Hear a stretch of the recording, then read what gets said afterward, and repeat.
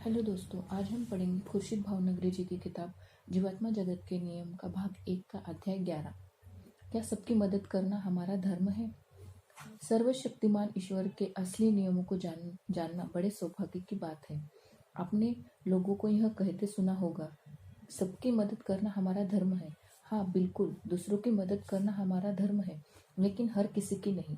अपने लोगों की मदद करना अच्छी बात है, लेकिन आप अपने सभी लोगों की मदद नहीं कर सकते, क्योंकि कुछ लोग निश्चित रूप से दुष्ट होते हैं। यह आप पर निर्भर करता है कि आप यह तय करें कि किन लोगों की मदद करनी है और किन की नहीं, क्योंकि यदि आप दुष्ट व्यक्ति की मदद करते हैं तो आप दुष्टता को बढ़ावा देते हैं। तो आप खुद ही सोचें कि क्या आपने सही किया? क्या ईश्वर आपसे यही करवाना चाहते थे? विचार करने पर आप समझ जाएंगे कि खुद के साथ साथ उस दुष्ट आत्मा को भी नुकसान पहुंचा रहे हैं। आप कहेंगे, मैं किसी दुष्ट की मदद किसी की हत्या करने या किसी को नुकसान पहुंचाने में नहीं कर सकता। हम भी समझते हैं आप ऐसा नहीं करेंगे, लेकिन यदि आप भोजन, धन या कपड़े देकर भी उस दुष्ट आत्मा की मदद करते हैं तो क्या यह गलत है? हाँ, यह बिल्कुल गलत है। यह गलत है क्योंकि यह सब पाकर ही वह अपनी ताकत बढ़ाता है और आगे भी दुष्ट कर्म करना जारी रखता है।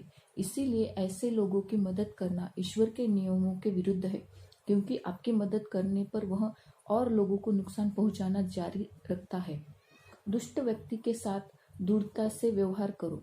यदि आप दृढ़ नहीं होगे तो आपका इसका अर्थ है कि आप ऐसे लोगों को बढ़ावा दे रहे हैं। ऐसा करने से आप भी उसी पाप की श्रेणी में शामिल हो जाएंगे। मान लीजिए आप सड़क किनारे किसी भूख से तड़पते मनुष्य के पास से गुजरते हैं और आपको लगता है कि उसे कुछ पैसे देना या खाना खिलाना आपका धर्म है। आप उससे यह नहीं पूछ सकते कि क्या वह कोई बुरा आदमी है, और यदि वह बुरा हुआ भी तो भी निश्चित रूप से वह आपसे सच नहीं कहेगा। इसीलिए आप यह नहीं जान सकते कि वह बुरा है या भला, और आपका मन कहता है कि उसे कुछ ना कुछ दिया जाए क्योंकि वह भूख से बेहाल है। यदि आपका मन ऐसा कहता है तो आपको उसे कुछ जरूर देना चाहिए, क्योंकि आप उस आदमी के चरित्र से पूरी तरह अनजान हैं। लेकिन यदि आप जानबूझकर किसी दुष्ट आदमी को दान देते हैं या उसकी मदद करते हैं तो उसका अर्थ है कि आप खुद भी दुष्ट हैं। अन्यथा आप एक दुष्ट व्यक्ति की किसी प्रकार से मदद नहीं करते। आप कहेंगे, लेकिन वह भूख से बेहाल था, क्या ऐसी हालत में मुझे उसे भूख से मरते हुए देखते रहना चाहिए? नहीं, यह मानवता नहीं है। इसीलिए उसे खाना खिलाइए, लेकिन किसी और तरीके से उसकी मदद तब तक मत कीजिए जब तक कि वह अपने गलत कामों के लिए पश्चाताप न करे। इसका अर्थ यह है कि उसे अपने किए पर सचमुच पछतावा है और सही मायने में पूरे मन से वह सुधारना चाहता है। उस स्थिति में आप जैसे चाहो वैसे उसकी मदद कर सकते हैं। यह आपका कर्तव्य है कि आप दुष्टता से उबरने तथा उठने में उसकी मदद करें। यही वास्तविक सत्कर्म है। ऐसा व्यक्ति अगर सच्चे मन से पश्चाताप करता है और सचमुच सुधरना चाहता है तो ही आपके द्वारा उसे भरपूर सहारा दिया जाना चाहिए। अच्छे काम करने में अच्छे लोग की मदद कीजिए। अच्छे की मदद के लिए अपनी सीमा से बाहर भी जाना पड़े तो जाइए, लेकिन यह ध्यान रहे कि आप जो भी कर रहे वह निस्वार्थ हो। आपके कर्म शुद्ध रूप से स्वार्थ रहित होने चाहिए। लोगों की मदद करने के बारे में ये बातें आपको जाननी चाहिए और हमें विश्वास है कि आप कभी गलत नहीं करोगे। यहाँ पर हमारा अध्याय समाप्त होता है। आगे हम पढ़ेंगे अध्याय 12, दुनिया में किए जाने वाले अपराध विरुद्ध पाप कर्म। कई बार हम सुनते हैं और अक्सर कहते भी हैं, ईश्वर उनकी मदद करता है जो खुद अपनी मदद करते हैं। यदि यह बिल्कुल सच है, सर्वशक्तिमान ईश्वर का यही असली नियम है। मान लीजिए आप निम्नतम लोक में हैं, लेकिन आप में उच्चतम स्तर पर जाने की सच्ची आकांक्षा है और आप सही मायने में सुधरना चाहते हैं, तो आपकी मदद के लिए ईश्वर सब कुछ करेंगे। सर्वशक्तिमान ईश्वर आपकी आध्यात्मिक उन्नति चाहते हैं। वह चाहते हैं कि आप सचमुच खुश हो। इसलिए यदि आप सुधार की थोड़ी भी इच्छा प्रकट करोगे तो आपको भरपूर मदद मिलेगी। निचले स्तर पर रहने वाले बहुत से लोग कहते हैं कि हमने किसी का कुछ नहीं बिगाड़ा, हम ईश्वर से डरने वाले लोग हैं और हमने कभी अपराध नहीं किया। हो सकता है कि आपने कभी कोई अपराध नहीं किया हो, लेकिन आपने बहुत से पाप किए हो सकते हैं। पृथ्वी पर लोगों द्वारा बनाए गए नियमों से ईश्वर का कोई संबंध नहीं। आपकी दुनिया में जिसे अपराध माना जाता है वह पाप हो यह जरूरी नहीं। इसी तरह जो पाप है वह जरूरी नहीं कि अपराध भी हो। उदाहरण के लिए स्वार्थी होना अपराध नहीं है। नहीं, यह अपराध है कि आप अंदर से बुरे हो और दुनिया के सामने यह दिखावा करें कि आप पुण्यात्मा है।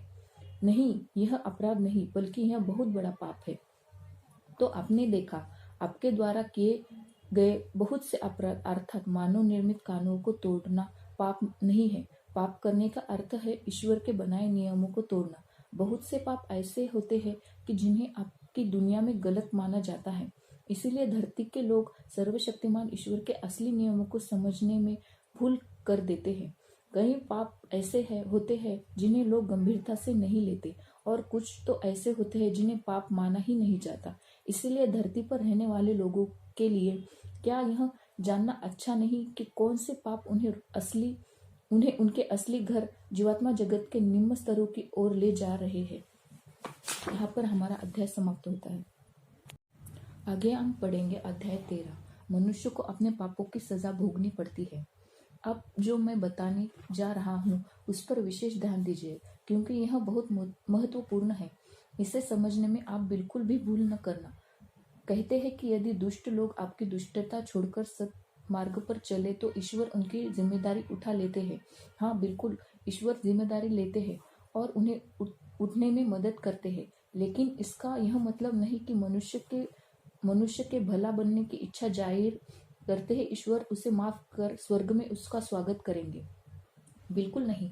चाहे जो भी हो, आपको अपने पापों का हिसाब चुकाना पड़ता है। लेकिन यदि खुद को बदलने की आप में सच्ची लगन हो तो ईश्वर आपकी मदद अवश्य करेंगे। ऐसा केवल तब होता है जब आप अपने पापों के लिए सच्चे मन से पश्चाताप करते हैं और ईश्वर को यह भरोसा हो कि आप अपने पुराने रास्ते पर नहीं चलेंगे। केवल तभी वह आपको तेजी से ऊपर उठने में मदद करेंगे। तेजी से उठने का अर्थ यह नहीं कि ईश्वर आपको सीधे उच्चतम लोक में ले जाएंगे, बल्कि इसका अर्थ यह है कि वह आपका मार्गदर्शन करेंगे और आपको सही तरीके से अपने कर्मों का हिसाब चुकाना सिखाएंगे। वह आपको यह इस तरह राह दिखाएंगे जिसपे आप उच्च स्तरों पर किसी अन्य तरीके की तुलना में जल्द पहुंच जाएंगे। आप बिल्कुल यह धारणा न पालें कि यदि आप इस पल दुष्ट है और अगले ही पल ईश्वर के बारे में सोचने लगे और उनकी पूजा करने लगे तो आप स्वर्ग पहुंच जाएंगे।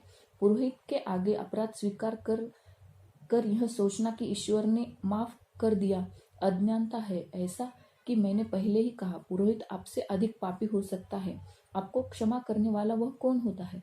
पापों के लिए क्षमा तो केवल सर्वशक्तिमान ईश्वर ही कर सकते हैं, लेकिन तब तक नहीं जब तक कि आप सच्चे मन से पश्चाताप न करें। अच्छाई के लिए खुद को बदलने की आपकी आंतरिक अभिलाषा एकमात्र महत्वपूर्ण चीज है। आपकी आंतरिक इच्छा एक सच्चे, ईमानदार और भला जीवन जीते हुए सर्वशक्तिमान ईश्वर तक पहुंचने की होनी चाहिए। कोई व्यक्ति बहुत ही साधारण हो सकता है और हो सकता है कि कोई उसे दोबारा देखना न पसंद करे, अथवा किसी को भी उसके मामूली लगने वाली सवालों के जवाब देने की जरूरत महसूस न हो सकता है आपकी दुनिया में उसकी कोई हैसियत न हो, लेकिन जीवात्मा जगत में उसका स्थान पृथ्वी पर के बड़े प्रसिद्ध हस्तियों में से भी अधिक ऊंचा हो सकता है। तो इस प्रकार पृथ्वी पर आपके लिए सचमुच की भली और दुष्ट आत्माओं के बीच फर्क करना मुश्किल होता है। इन आत्माओं के बीच भारी अंतर होता है। आप उनके बीच अंतर कर पाने में सफल नहीं होते, क्योंकि आप उनके स्पंदन और प्रभामंडल से पूरी तरह से अनजान होते हैं। हाँ, कौन सी आत्मा भली है और कौन सी दुष्ट, यह समझ पाना आपके लिए सबसे कठिन है। कई बार पृथ्वी पर लोग किसी व्यक्ति को बहुत ही धार्मिक और पवित्र मान लेते हैं, लेकिन हो सकता है वह व्यक्ति बहुत ही दुष्ट हो। हमारी सलाह आपके लिए यह है कि यदि आप जीवात्मा जगत से सुरक्षित संपर्क कर सके तो यहाँ से मार्गदर्शन प्राप्त कीजिए, ताकि दुष्ट आत्माओं की निरंतर संगति आपको भ्रमित कर निम्न स्तर की ओर न खींच सके।